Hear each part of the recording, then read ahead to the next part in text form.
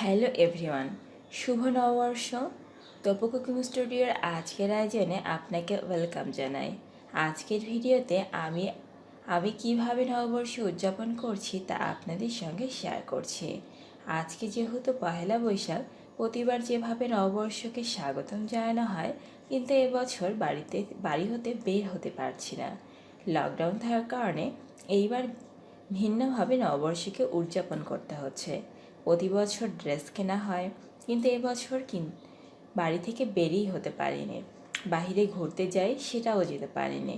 Lockdown থাকার কারণে ঘরে বসে নববর্ষকে স্বাগত জানাচ্ছি।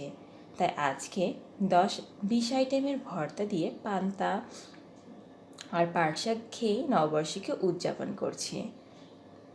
কিন্তু প্রতিবারের মতো এবছরও নববর্ষ আমার খারাপ লাগছে না। আমার এবছর নববর্ষ অনেক ভালো লাগছে।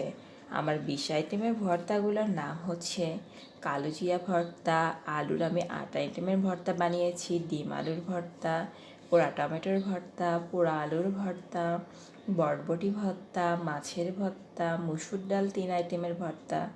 আমি এইরকম টোটালি 20 আইটেমের ভর্তাকে বানিয়ে নিয়েছি। আশা করব আমার মতো আপনাদেরও নববর্ষে অনেক ভালো কাটছে।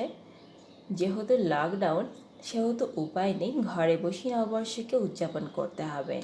ঠিক এইভাবেই আপনারাও ঘরে বসে নববর্ষকে খুব ভালো মতো উদযাপন করুন। আর আপনাদের সবার নববর্ষ অনেক ভালো কাটুক, এটা জানিয়ে আজকের মতো এখানেই বিদায় নিচ্ছি। সবাই অনেক অনেক ভালো থাকুন, সুস্থ থাকুন। টাটা।